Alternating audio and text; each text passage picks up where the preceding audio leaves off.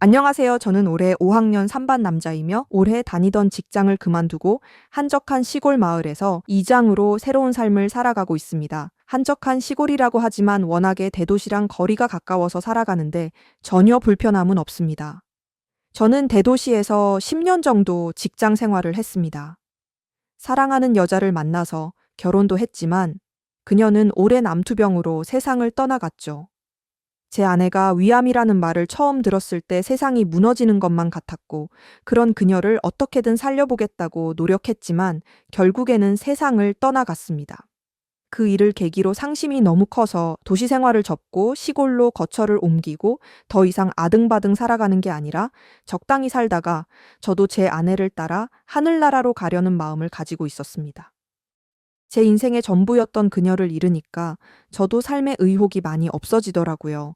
모으는 돈도 없이 그저 하루 간단하게 밥 먹고 산을 바라보며 시간을 보냈습니다.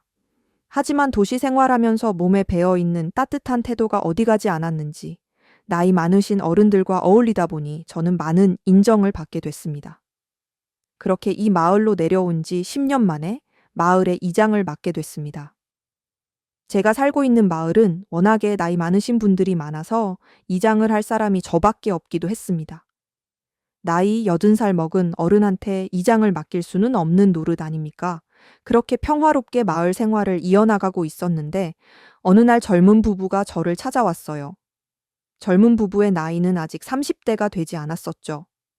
이제 막 대학 졸업하고 직장 생활을 시작할 그 젊은 사람들이 귀농에 살고 싶다며 이 마을에서 자기들을 받아줬으면 좋겠다는 말을 하더군요. 저는 그들에게 잘 생각해 보라고 설득했습니다. 시골 생활이라는 게 그렇게 생각처럼 만만한 게 아니라면서 아직 나이도 어린데 왜 굳이 그런 선택을 하냐고 물었죠. 그러자 그들은 1년 전 마을 뒷산에 있는 계곡에 여름 휴가를 왔다가 인연이 된 커플인데 여기가 너무 좋기도 하고 농사를 꼭 지어보고 싶다는 포부를 밝히더라고요. 심지어 그 남자는 농업과 관련된 대학교를 나와서 이미 농사를 지을 줄 안다고 얘기하더라고요. 그래서 알겠다고 들어와서 살아보라고 이야기를 했습니다.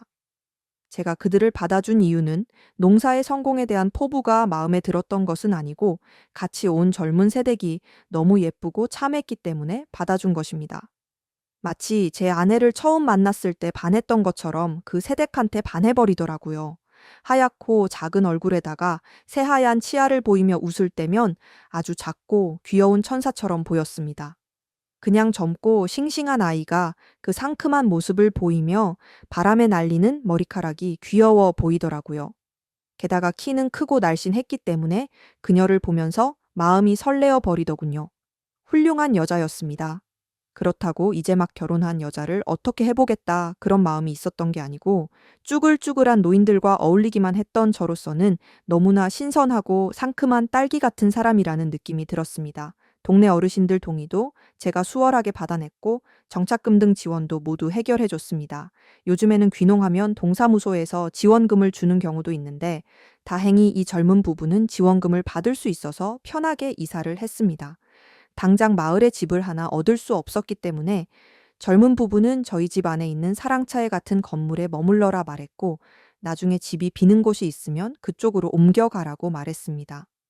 그들이 이사를 오고 그 시간에 간간히 새어나오던 짤막한 웃음소리를 들으면서 참으로 오랜만에 마을에 생기가 돌았습니다.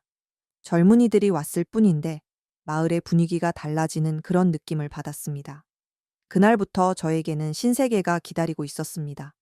정말 시골로 오기를 잘했다라는 기쁨이 그날부터 자리하고 있었던 것이죠. 처음에는 따로 밥을 해 먹었지만 나중에는 한 식구처럼 잠만 따로 잘 뿐 식사는 같이 하게 되었습니다. 집이 넓고 건물도 따로 되어 있었기 때문에 충분히 남처럼 살 수 있는 구조입니다. 그렇게 밥도 같이 먹고 농사일을 본격적으로 하기 위한 준비들을 하면서 시간을 보내고 있었습니다.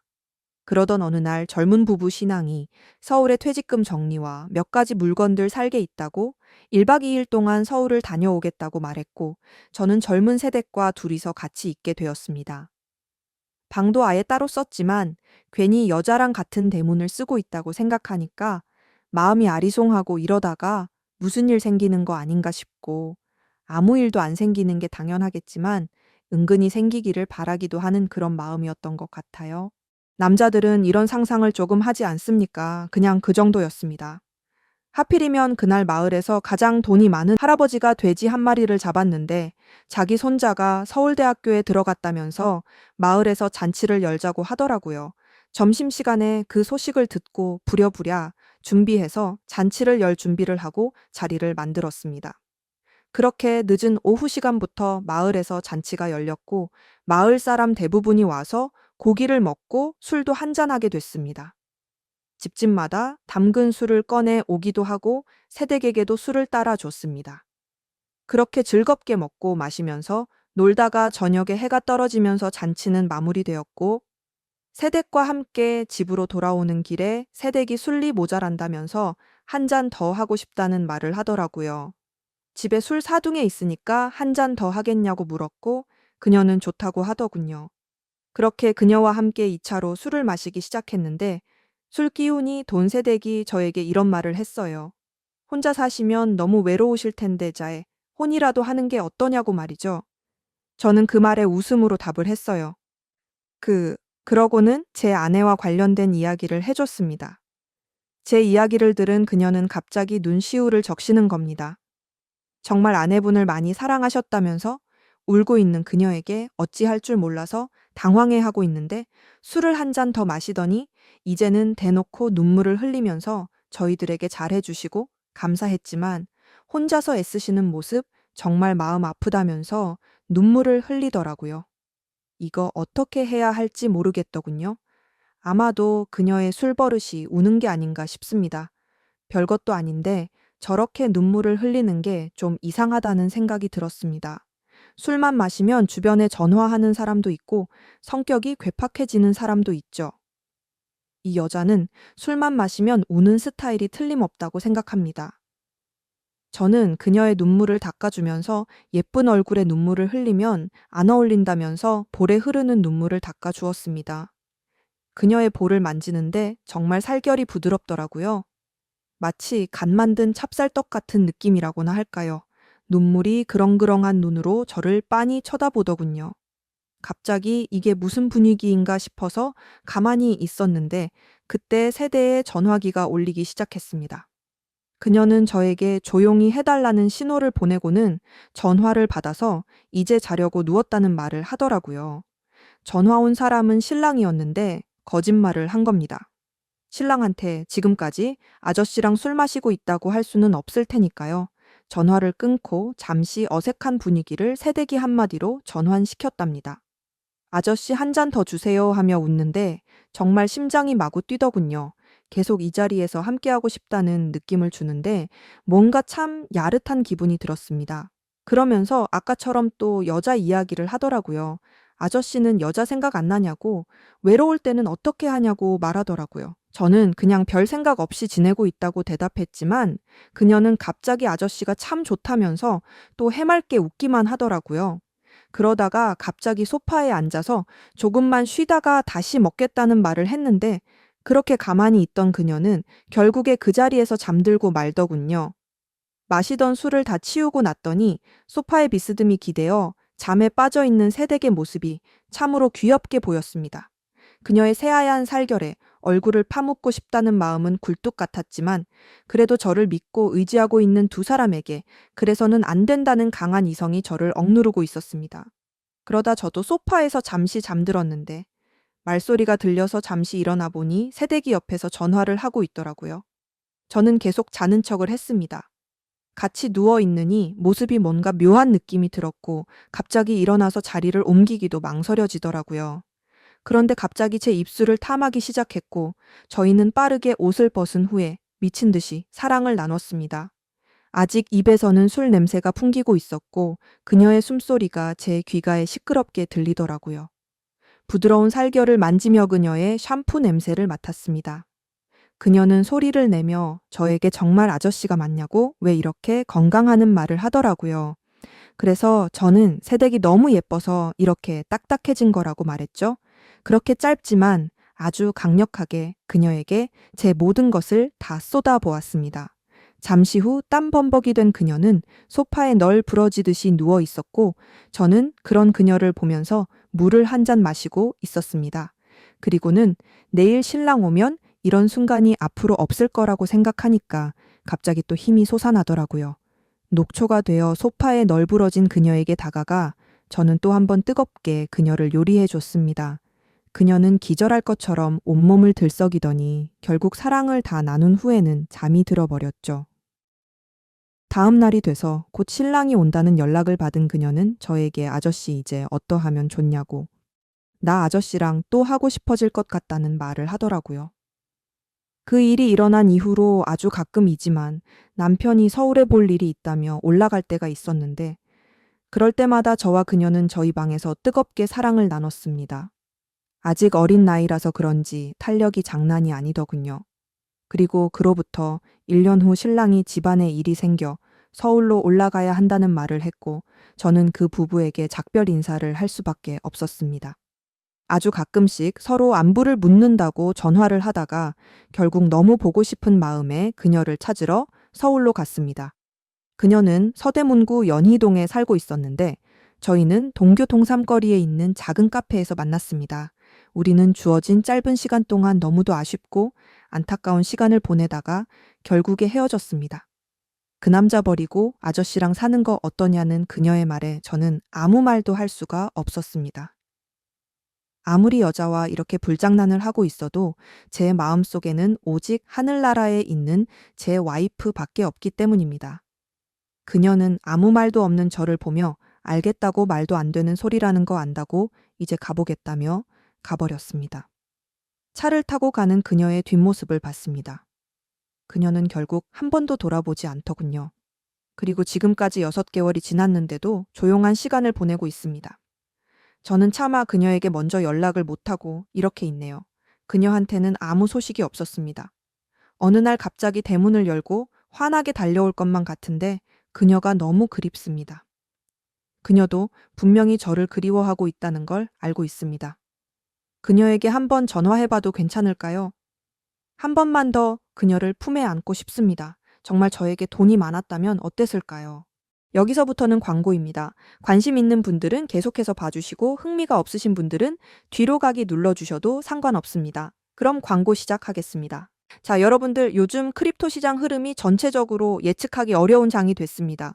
반등이 나온다고 해도 지금 여러분 보시는 것처럼 1에서 2%도 안 되는 이런 반등이 나오는 게 답니다.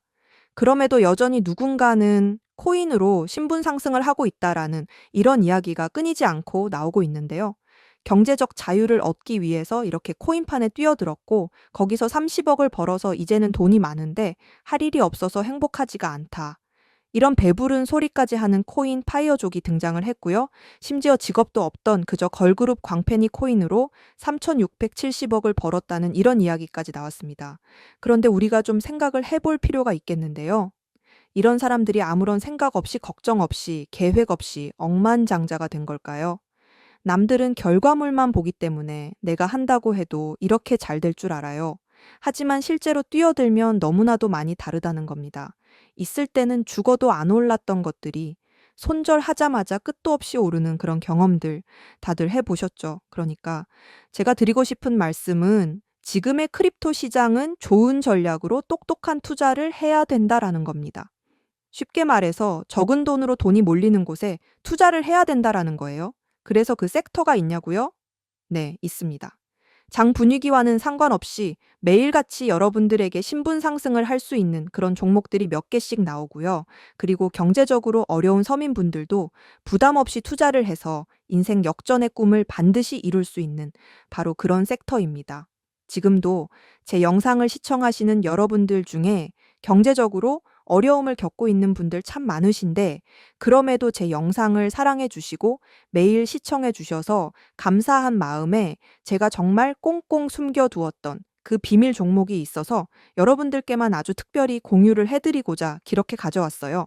이 종목으로 여러분이 인생 역전의 주인공이 되실 거라고 저는 확신합니다. 제가 이렇게 강력하게 이 종목을 추천드리는 이유는요. 최근 블랙록이 비드를 출시하면서 주목받고 있는 이 RWA와 밈코인이 함께 엮여 있는 코인이고요.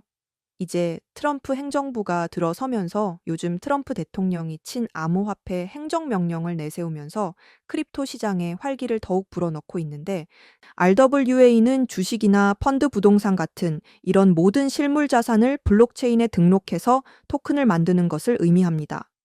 그리고 현재 RWA 활성 사용자 통계를 보시게 되면 2020년부터 RWA 시장에 참여하는 사람들이 급증을 하고 있는 걸 확인하실 수가 있는데요. 여기서 사용자가 증가를 하고 있다라는 의미는 토큰화된 자산들이 엄청난 인기를 받고 있다. 이렇게 보실 수가 있죠. 그래서 앞으로 RWA 시장은 다른 테마보다 빠르게 성장을 할 가능성이 굉장히 높습니다. 여기서 정말 중요한 점은 앞으로 모든 돈의 흐름이 ERWA로 몰릴 거라는 건데요. 바로 이 블랙록이 RWA의 모든 사활을 걸고 있기 때문입니다. 블랙록은 일경원의 자산을 운용하는 거대 자산 운용사인 거 다들 아시죠? 그런데 거대 자산 운용사 블랙록이 이더리움 기반의 RWA 펀드인 비드를 최근에 출시를 했습니다. 그런데 출시가 된 지 일주일 만에 2억 4천만 달러, 우리 돈으로 3,400억에 가까운 금액이 유치가 된 것만 봐도 RWA의 인기와 블랙록이 왜 RWA에 이렇게 사활을 거는지 우리가 알 수가 있죠. 이런 이슈로 만트라는 일주일 만에 190% 급등을 보여줬고요. RWA의 대장 온도는 하루 만에 100% 상승률을 보여줬었습니다. 블랙록의 비트코인 ITF 출시 이후에 비트코인이 1억을 돌파했던 걸 생각을 해본다면 RWA 관련 코인들의 상승은 아직 시작도 안 했다고 저는 보여집니다. 그리고 특히 더 주목할 점은 이 RWA가 지금 밈코인에도 영향을 주고 있다라는 건데요. 블랙록이 출시한 이 RWA 비들에서 밈코인에 투자를 시작했다. 이렇게 기사가 나왔습니다. 그래서 제가 여러분께 공개해드릴 코인이 바로 이 RWA 비들에서 투자를 하게 될 밈코인들 중 하나가 되겠는데요. 제가 소개해드릴 밈코인은 이미 블랙록에서 RWA 상품으로 출시가 거의 확정적입니다. 그래서 이번 이슈가 더 크게 터지게 되면 이 코인 정말 최소 몇만 배 폭등 가능성이 매우 높습니다. 밈코인 특성상 이슈만으로도 정말 큰 폭등을 보여줄 수 있다라는 거 다들 아시죠? 자, 봉크코인을 좀 보시면요. 봉크코인은 솔라나 계열의 밈코인으로 솔라나 생태계 발전을 목표로 만들어진 코인입니다. 그런데 솔라나 네트워크 상에서 결제 수단으로 사용될 거라는 이슈로 엄청난 폭등을 보여줬었는데요. 작년에 무려 7,300% 이상의 상승률을 보이면서 코인 상승률 탑100 중에 당당히 1위를 차지하기도 했습니다. 봉크코인 때문에 2022년 FTX 사태로 다 죽어가던 이 솔라나를 다시 살려낼 정도였으니 정말 솔라넥에 있어서 엄청난 효자 종목과도 같은 코인이었죠. 이때 조기 투자에서 951만 달러, 우리 돈으로 330억의 수익을 본 사람이 나와서 이슈가 되기도 했습니다. 그런데 지금은 밈코인 오를 대로 올라서 이제 기회가 없는 거 아니야? 이렇게 생각하시는 분들 정말 많으셔서 참 안타까운데요. 절대로 그렇게 생각을 하시면 안 됩니다. 메이디스 코인 보시면요. 하루 만에 상승률 몇 %인가요? 고작 하루 만에 상승폭이 9,406%, 진짜 이게 밈코인 시장에서 벌어지고 있는 일입니다. 그 외에도 정말 하루에 기본 300에서 500% 상승을 하는 이런 코인들이 매일같이 몇 개씩 나오고 있다라는 거죠. 트럼프는 밈코인에 굉장히 관심이 많다는 거 다들 아실 겁니다. 그래서 제가 앞서 말씀드렸지만 이번에 정말 꽁꽁 숨겨뒀던 이 비밀 종목 여러분들께 모두 알려드리도록 하겠습니다. 이 코인은 처음에 말씀드린 대로 블랙록이 출시한 이 RWA 펀드 비들에서 RWA 상품으로 출시를 하기 위해 굉장히 공들이고 있는 코인이기 때문에 확정적으로 엄청난 폭등을 하게 될 코인이고요. 그리고 이제 미국 대선이 끝난 지금 우리 트럼프 대통령이 밈코인에 굉장히 관심이 많다는 거 다들 아실 겁니다. 그래서 트럼프 지갑을 보니까 이 코인을 역시나 들고 있더라고요. 지금 트럼프는 이 코인으로 수익 중에 있는 거 보이시죠? 그렇다는 건 앞으로 계속해서 암호화폐 관련 트럼프 이슈가 나오게 될 텐데 그럴 때마다 이 코인이 엄청나게 상승을 할 거라는 거죠. 그러니까 이건 무조건 사셔야 돼요. 자, 이 차트를 다시 보시게 되면 꾸준히 고래들이 유입하면서 상승을 보이고 오늘 하루 만에 69% 상승한 거 보이시죠? 사실 밈코인 특성상 아직 제대로 된 상승은 시작도 안 한 겁니다. 거기다 현재 가격을 보시게 되면 소수점 밑에 연기 많다라는 거 확인하실 수 있고요. 역시 지금도 매수하기에 딱 좋은 가격을 형성 중에 있습니다. 이 코인은 못해도 50만 배 이상은 충분히 폭등하게 될 거라고 저는 확신하는데요. 많은 투자금 필요 없이 10,000원을 투자하면 50억 10만 원을 투자하면 500억 수익 가져가실 수가 있습니다. 로또에 돈을 쓰는 것보다 훨씬 이득이라는 거죠.